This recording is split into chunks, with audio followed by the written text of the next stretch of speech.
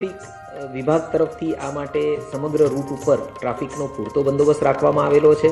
ભગવાન શ્રી જગન્નાથજીના મંદિરથી લઈ અને સરસપુર મંદિર સુધીનો વિસામા સુધીનો 6 કિલોમીટરનો રૂટ અને સરસપુર મંદિરથી લઈ અને પરત રથયાત્રા ફરે જગન્નાથજી મંદિરની ત્યાં સુધીનો ટોટલ જે છે એ લગભગ 16 કિલોમીટરનો રૂટ છે। આ રૂટ ઉપર એક જેસીપી કક્ષાના અધિકારી, 3 ડીસીપી, 5 એસીપી, 18 પીઆઈ કક્ષાના અધિકારી અને અન્ય પીએસઆઈ, કોન્સ્ટેબલરીઝ, હોમગાર્ડ, જીઆરડી જે છે અને ટ્રાફિક બ્રિગેડના જવાનો એમ મળીને કુલ 1500 જવાનો આ જે રથયાત્રા છે એના માટે ટ્રાફિકનો બંદોબસ્ત છે એ પોતાની ફરજ બજાવશે। ટ્રાફિક વિભાગ દ્વારા આ જે રથયાત્રા છે એના માટે થઈ અને 6 જેટલા રૂટ જે છે એને ડાયવર્ઝન આપવામાં આવ્યા છે। 6 રૂટને પ્રતિબંધિત જાહેર કરવામાં આવેલા છે અને આ 6 રૂટના ઓપ્શનલ રૂટ પણ આપવામાં આવ્યા છે કે જેથી જે અમદાવાદના શહેરીજનો છે એ આ પોતાની રથયાત્રાની જે ભક્તિ છે એની સાથે સાથે પોતાની જે રોજિંદી એક્ટિવિટી છે એ પણ કરી શકે। એના માટે પૂરેપૂરો જે ટ્રાફિકનો સ્ટાફ છે એ દરેક જગ્યાએ એન્ટ્રી, એક્ઝિટ અને ડાયવર્ઝનના પોઈન્ટ ઉપર ડિપ્લોય છે કે જેથી લોકોને તકલીફ ન પડે અને એમની કામગીરી ચાલુ રહી શકે। ભગવાન જગન્નાથ સાથે બહેન સુભદ્રાજી પણ નગર યાત્રાએ નીકળવાના છે અને અત્યારે રથમાં બિરાજમાન થઈ ગયા છે।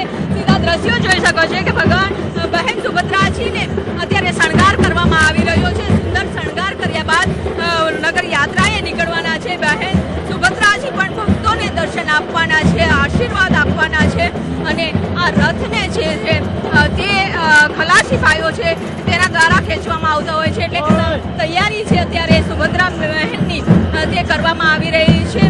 સુંદર શણગાર છે તે કરવામાં આવે છે અને સુંદર શણગાર કર્યા બાદ ભક્તોને જ્યારે દર્શન આપે ત્યારે ભક્તોના પણ મન મોહી લે તેવા દ્રશ્યો છે તે જોવા મળતા હોય છે।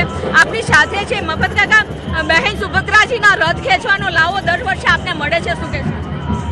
અમારા ભાગ્યશાળી કહેવાય। અમારા બાપ દાદાઓ અમારા માટે આ પુણ્યશાળી વસ્તુ પુણ્ય માટે વસ્તુ મૂકી ગયા છે એટલે અમારા માટે ભાગ્યશાળી કહેવાય। તો અત્યારે આપ જોઈ શકો છો કે રથને અત્યારે શણગાર કરવામાં આવે છે। અંદર પણ આપ જોઈ શકો છો કે સુભદ્રાજીનો શણગાર છે તે કરવામાં આવી રહ્યો છે। ભક્તો ખૂબ જ આતુર છે દર્શન કરવા માટે અને આ દર્શનનો લાવો છે તે તમામ લોકો લેવા માટે અહીં મંદિર પહોંચી રહ્યા છે। કેમેરામેન કેંગર રાઠોડ સાથે વિપુ પટેલ, ન્યૂઝ 18 ગુજરાતી, અમદાવાદ। ભગવાન જગન્નાથ બીજો રથ હોય છે બહેન સુભદ્રાજીનો અને ત્રીજો રથ હોય છે બળદેવજીનો કે જે અત્યારે શણગાર છે તે કરવામાં આવી રહ્યો છે। આપ જોઈ શકો છો કે બળદેવજી પણ રથમાં બિરાજમાન થઈ ગયા છે અને તાલ ધ્વજ આ રથનું નામ છે તે આપવામાં આવ્યું છે। આ રથને સુંદર શણગાર છે તે કરવામાં આવ્યો છે।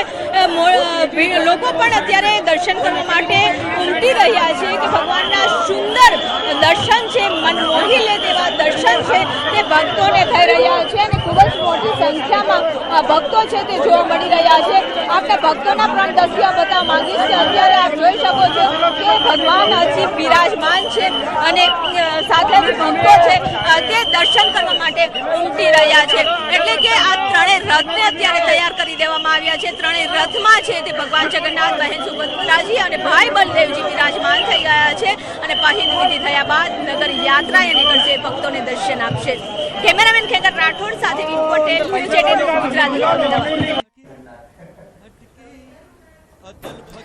જય જગન્નાથ। આજે રથયાત્રાનો આ પાવન પર્વ છે ત્યારે વર્ષમાં એક જ દિવસ એવો છે કે જ્યારે ભગવાન પોતે પોતાના ભક્તોને દર્શન આપવા માટે નગરચર્યાએ નીકળતા હોય છે। ભાઈ અને બહેન સાથે ભગવાન રથમાં બિરાજમાન થઈને અમદાવાદની ગલીઓમાં જોવા મળતા હોય છે અને જય જગન્નાથથી આખું અમદાવાદ શહેર ગુંજી ઉઠતું હોય છે। ત્યારે ભગવાન આજે પોતાના ભક્તોને દર્શન આપવા માટે પોતે આવ્યા છે ત્યારે ભક્તો પણ ભગવાનની એક ઝાંખી મેળવવા માટે વહેલી સવારથી જ મેળાવડો જાણે જામ્યો હોય મંદિર પરિસરમાં તે પ્રકારના દ્રશ્યો જોવા મળી રહ્યા છે। ત્યારે આપણી સાથે શાસ્ત્રીજી પણ જોડાયેલા છે। શાસ્ત્રીજી દિપેનભાઈ આપણી સાથે જોડાયા છે।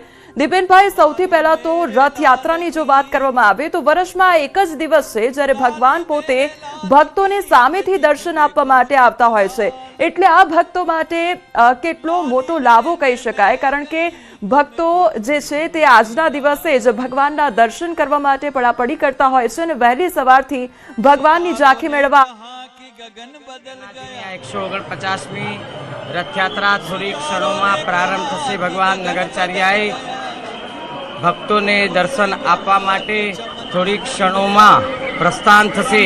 આપ સૌએ શાંતિથી દર્શન કરવા, ધક્કા મુક્કી કરવી નહીં. જેમને જ્યાંથી દર્શન થાય ત્યાંથી દર્શન કરી ભગવાનના આશીર્વાદ મેળવવા એવી અમારી ખાસ આપ સૌને નમ્ર અપીલ છે.